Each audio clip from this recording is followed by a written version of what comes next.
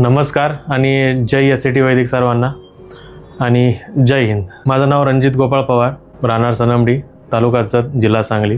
वडील नोकरीनिमित्त मुंबईला कामाला होते, त्यामुळं जन्म तिथलाच आहे.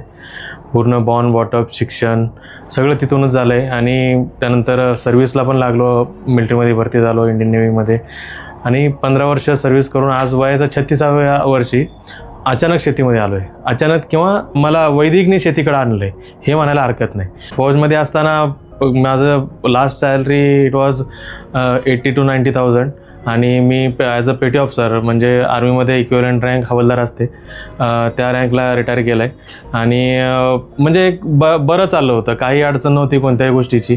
आईवडील पण व्यवस्थित होते, गावाला व्यवस्थित सगळ्या गोष्टी चालू होत्या. नोकरी पण मिळू शकली बिंदास. एक 6 महिने मी स्वतःला कोंडून घेऊन अभ्यास केला असता, एखादं पद कुठं ना कुठं निघालंच असतं, त्यात काय वादच नव्हता.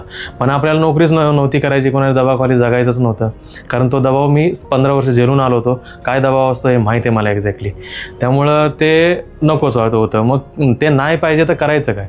कारण एवढी मोठी नोकरी, एवढी चांगली नोकरी असताना त्या नोकरीला लाताडून आपण एक नवीन सिव्हिल लाईफ चालू करतोय, तर there should be something at the backbone.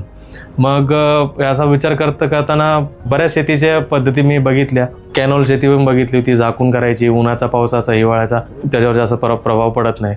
कॅनॉलसाठी separate कापडं मिळतं, ते करायचं. ऑर्गॅनिक तर बघूनच झालं होतं, जैविक बघून झालं होतं, रासायनिक काय पटत नव्हतं. करायचं नेमकं काय ह्या संभ्रमात असताना अचानक एक दिवशी असाच व्हिडिओ, म्हणजे जेव्हा शेतीचे व्हिडिओ सर्च करत होतो, हा एक व्हिडिओ तिथं येऊन पुढं पॉपअप झाला. मग तो बघितला, जरा इंटरेस्ट वाढला. मग अजून 2-3 बघितले, अजून इंटरेस्ट वाढला. मग रोजचंच काम झालं. मग असं इन्फॉर्मेशन घेत बराच पुढे आलो. मग एक फायनल डिसीजन घेतला की अगर स्विच कर रहे हम इस नौकरी से, इस सर्विस से आगे, तो ये मीडियम और या फिर ये मार्क मेरे लिए ज़्यादा अच्छा है. तो मग रिटायरचा डिसिजन घेऊन प्रॉपरली रिटायर होऊन या जुलैला रिटायर होऊन आलो.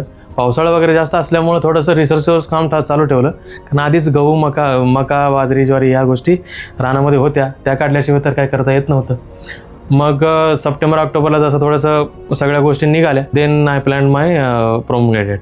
मग आता ह्याच्या 13-14 तारखेला, 17 तारखेला आम्ही आलो आहे ना, 13-14 तारखेला मी डाळिंबाची लागवड करून आलेलो आहे. प्रॉपर बेसल डोस वगैरे देऊन या गोष्टी करून आलेलो आहे.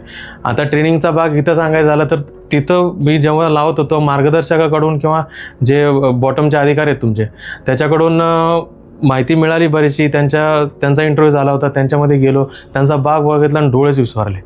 आईला म्हटलं असंही असतं का काय? कारण माझ्या मेवण्यांची किंवा सासरवाडीची पण डाळिंबाची बाग आहे, त्यांना मी दरवर्षी बघायचं सुट्ट्यावरून आल्यावर की काय आलं ते त्यांची. आणि हा बाग बघितला आला एवढा डिस्टर्ब म्हणजे आतापर्यंत व्हिडिओ बघत होतो, आता हे एकदम समोर बघितल्यावर डिफरन्सच जबरदस्त झाला. म्हणजे हे कुठं जमीन आसमान, कुठे हे. मग तिथं डोळे चमकले आणि मग डाळिंबाचा डिसिजन घ्यायला. नाहीतर मी पिकांवर पण चालू होतं की एक्झॅक्टली काय करायचं आपण. पेरू घ्यायचा, डाळिंब घ्यायचं, द्राक्ष करायची का, आपले कमर आधीची रोडी परंपरेने मका, ज्वारी, बाजरी, गहू हे चालू कंटिन्यू करायचं, हे रिसर्च चालू होतं. तेव्हा जेव्हा डाळिंब बघितलं तेव्हा मग म्हटलं अरे ही गोष्ट आपल्याला तारू शकते आणि त्या गोष्टीने आपण वर जाऊ शकतो. आता ते एक म्हण आहे किंवा एक धारणासुद्धा आहे आणि असावी की जन्म आपल्या हातात नाही आहे. कोणत्या परिस्थितीत जन्म घेतो, कोणी भिकाऱ्याच्यात घेतं, कोणी एक मिडल लेवलला घेतं, कोणी अंबानीचा पोरगं बनतं, तो आपल्या हातात नाही आहे. पण त्याच्यापासून एक स्टेप वर जाऊन मरणं हे आपल्या हातात जरूर आहे. आणि त्या गोष्टीसाठी प्रयत्न करणं, हे जर माणूस असून पण आपण ते प्रयत्न करत नसेल ना, तर इट इज व्हेरी बॅड. कारण कुत्राही तो प्रयत्न करतो अक्षरशः. तसा प्रयत्न मग केला, एक स्टेप अहेड आलो आहे ऑलरेडी मी. मग अजून एक स्टेप काढू शकतो मी. पण वैदिक जेव्हा मिळालं तो कॉन्फिडन्स तेव्हा आला की अजून एक स्टेप निघू शकते. त्याच्या आधी विचारच चालू होता करायचं काय नेमकं, असं आहे. त्यामुळं मग ह्या गोष्टी केल्या. पण तिथं जेव्हा डाळिंब लावलं बऱ्याच गोष्टींना संभ्रम.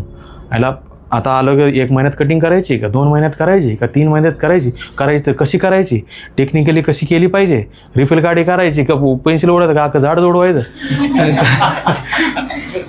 पाणी किती पाजायचं. आता ठीक आहे बेसल डोस तर टाकला, पाणी किती म्हणतात तर 50% पण नेमकं किती. आणि परत मग राहिलेला डोस कधी रेकमेंडेड डोस होता 2 किलोचा, मला त्यांनी सांगितलं आता अर्धा किलो आणायचा आहे. मग म्हटलं बाकीचे कधी टाकायचे, आणि त्याच्यामुळे झाडाचं अपुरं पोषण राहिलं तर कसं काय करायचं. XYZ म्हणजे तुम्ही विचार पण करू शकत नाही एवढे प्रश्न. मग त्यात हे बेडगला आलो होतो तेव्हा कळलं की नाशिकला असं हे करतात, ट्रेनिंग सेशन्स वगैरे घेतात. मग तेव्हापासून तो नंबर नाशिक ऑफिस म्हणून सेव्ह करून ठेवला होता. मी 3 वेळा विचारणी केले. मग मॅडमने ती अपॉइंट केलं आणि मी इकडं आलो. ट्रेनिंगचं सेशन मला सगळ्यात जास्त ते सकाळी आपण हे करतो योगा अँड ऑल करतो ना, ते सगळ्यात जास्त आलं. त्याच्यानंतर इथं सेशनमध्ये मला जी प्लॅन्टची ॲनाटॉमी कळली. आता कॅटायन्स आनायन्स मूलद्रव्य वर जात नसतात किंवा झाड पण अपटेक करत नसते, त्याचे चार्ज फ्लो होत असतात. हे कधी मी स्वतः BSc केमिस्ट्री आहे, पण ही गोष्ट कधीच किंवा शिकवली असेल तर ध्यानात नाही असेल काय ते. पण हे जे एकदम डीप टेक्निकल नॉलेज जे कळलं आहे ना, त्याचा म्हणजे तोडच नाही रिअली आणि लिटरली असं आहे. त्यामुळं बराच फायदा होणार आहे पुढच्या येत्या आयुष्यात माझा.